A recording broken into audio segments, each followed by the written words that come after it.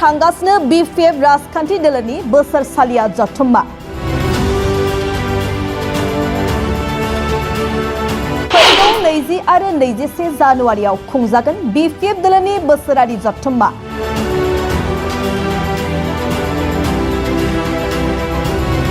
क'क्राझार आरो चिरांनि बेंटलाव खुंनो थांखि लादों BPF मिरु आफादनि बोसोरसालिया जथुम्माखौ।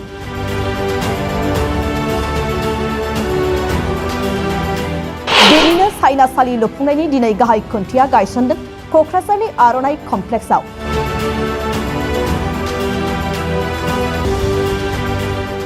बिटिसि हालामनि मोनसे गोहोगोरा ओनसोलारि राजखान्थि दोलो बड'लेण्ड पिपुल्स फ्रन्ट एबा BPF राजखान्थि दोलोनि बोसोरारि जथुम्माखौ देग्लाय क'क्राझार आरो चिरांनि बेंटल मोननै जायगायाव खुंनो थांखि लानाय जादों।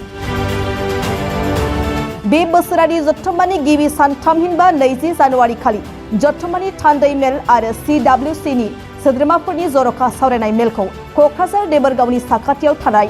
आर'नाइ कमप्लेक्सआव लानाय जागोन आरो गेवलां मेलखौ 21 जानुवारि खालि चिरां जिल्लानि सिङाव थानाय बेंटलनि जांख्रिखां फोथाराव लानाय जागोन। बे बोसोरारि जथुम्मानि गेजेरजों हान्जाखौ गोख्रों खालामनाय जर'खायै फैगासिनो थानाय बिटिसि बिसायख'थिनि सायाव सावरायनायनि गेजेरजों माखासे गोख्रों थांखिफोर लानाय जागोन होननानै फोरमायदों क'क्राझार जिल्ला आफाद BPFनि आफादगिरि दीप्ति प्रसाद ब्रह्मआ। बेनिखायनो क'क्राझार आरो चिरांनि बेंटलाव खुंनो लानाय बे बोसोरारि जथुम्माखौ जाफुंसार खालामनायाव मदद होफैनो थाखाय BPFनि साफ्रोमबो दैदेनगिरि बिबानगिरि सोद्रोमाफोरजों लोगोसे BPF दोलोखौ मोजां मोनग्रा गासै रायजो राजाफोरखौ खावलायहरदों दीप्ति प्रसाद ब्रह्मआ। 2025 मायथाइनि बयनोबो आङो BPFनि जानानै क'क्राझार जिल्ला BPFनि जेनेरेल सेक्रेटारि जानानै गोदान बोसोरनि हामलायनाय बावहरग्रोबाय आरो लोगोसे जिहेतु गाबोननिफ्राय दमासि सफैबाय दमासि फोरबोनिबो बयनोबो आं हामलायनाय हरबाय। दिनैनि जों बेवहाय जे प्रग्राम लानाय बेयो जाहैबाय सेन्ट्रेल BPFनि कनफारेन्सआ 20 आरो 21 साननैनि हाबाफारि लानानै जानो फैगासिनो दङ। दा बे साननैनि हाबाफारिया मोननै जायगायाव जागोन। 20 थारिखआ जोंनि बे क'क्राझारावनो दिनै जेरावहाय खुन्थिया गायसनदों बेवहाय आरो 21 थारिखआ बेंटलनि जांख्रिखां फोथाराव जागोन। दा नंखायनो 20 थारिखनि प्रग्रामखौ मोजाङै मोजां जाहोनो थाखाय जाफुंहोनो थाखाय जिहेतु बयनिख्रुइबो गुरुत्तसिन गोनां प्रग्रामा जागोन 20 थारिखआव। 20 थारिखनि प्रग्रामा ओरैबायदि जागोन 11थायावहाय बयनिख्रुइबो पावारफुल कमिटि PMB जायखौ जों policy making body of BPF party होनना बुङो बिथांमोननि सिगां बिसोरो 11थायाव जिरायगोन जेसेबां सोद्रोमा दं बिथांमोना BPFआ माब्रै सोलिलांगोन माब्रै सोलिलाङा मा मावनांगौ दं बिनि डिटेल प्रस्ताबखौ लानानै सेन्ट्रेल कमिटि BPF अर्थात CWC बे कमिटियाव बिथांमोनहा गथायगोन आरो बे CWCनि सोद्रोमाफ्रा बे जायगायावनो 3 बाजिनिफ्राय बै PMBआ होनाय जेनोखि प्रस्ताब बेफोरनि सायाव सावरायनानै बिथांमोना फाइनाल खालामगोन। बे 3 थारिखनि प्रग्राम 20 थारिखनि प्रग्राम आरो बियो 3थानिफ्राय जानानै जोबहैखांनायनि उनाव जेसेबां बेवहाय पार्टिसिपेट खालामगोन CWCनि सोद्रोमाफ्रा बिथांमोनहा गासिबो बे क'क्राझारावनो हर थाजोबगोन। बिनि थानाय एरेन्जमेन्टखौ खालामनाय जाखाबाय। बिनि अखानायैसो 21 थारिखआव फुंनि 8थायावहाय बेंटलाव थांनानै फ्लेग हइस्टिं आराम्भ जाजेनगोन आरो नैबेवहाय जेनोखि डिसिसन लागोन CWCआव बे डिसिसन लानाय प्रस्ताबफोरखौ बेंटलाव लांनानै राजहुवा भाबै डिलिगेट सेसनावहाय एप्रुभेल लानाय जागोन अब्लासो बियो फाइनाल जागोन। नंखायनो दिनैनि हाबाफारिया जाहैबाय बे 20 थारिखआव जेनोखि PMB CWCनि बेवहाय सिटिं जागोन बे सिटिंखौ मोजाङै मोजां खालामनानै हरनो क'क्राझार जिल्लाया जिथु दायित्व दङ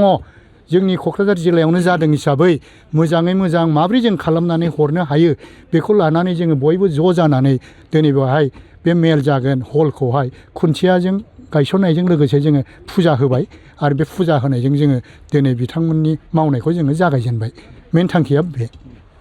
जिहेतु बेंटलाव जानो गोनां कनफारेन्स बेयाव पाब्लिक गेदारिं जागोन ना अनलि BPF कर्मिफोरनि थाखायल' जागोन? बेवहाय BPF कर्मिनि थाखाय जोङो लिमिटेड टाइम लानानै सावरायगोन। बिनि उनाव पाब्लिकफोरनिबो पाब्लिक गेदारिं जागोन। जों मा डिसिसन लाखौ बेखौबोथ' जों पाब्लिकनो खिन्थानांगोन अपेन मिटिं हिसाबै बे हिसाबै पाब्लिकफ्राबो बाहाय सुबिदा थागोन मिथिनायनि थाखाय आफ्टार दा कमप्लिसन अफ डेलिगेट सेसन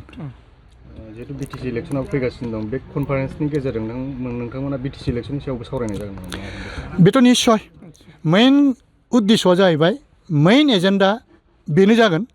फैगासिनो थानाय बिटिसि इलेक्सना बावथारला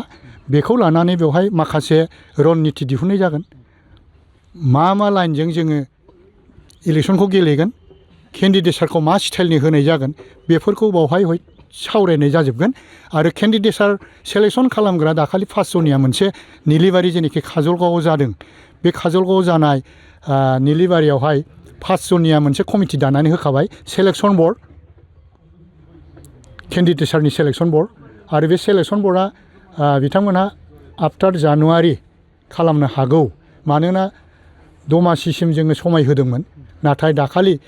सोरबाया एफा एनै कमप्लेन होदों समा एसे हाखु दाखु जाबाय होननानै दमासिबो फैबाय बे हिसाबै up to 31 of this month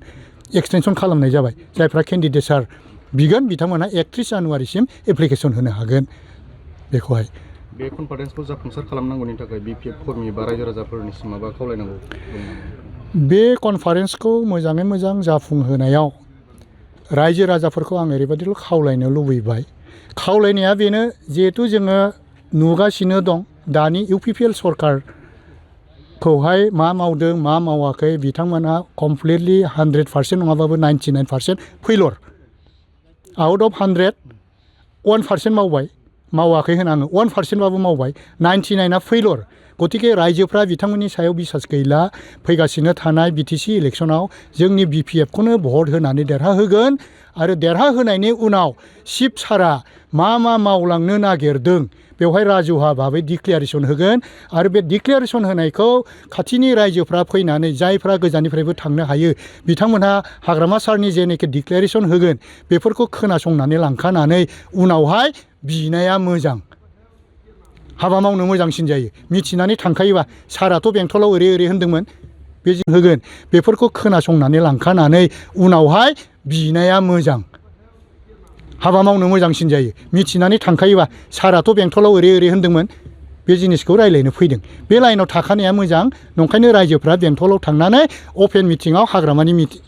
खुगानिफ्राय खोनासंनानै लानाया गोनांथार होननानै आं सानो आरो आंनिफ्राय बेनो रायजो राजानिफ्राय कपारेसन लुबैनाया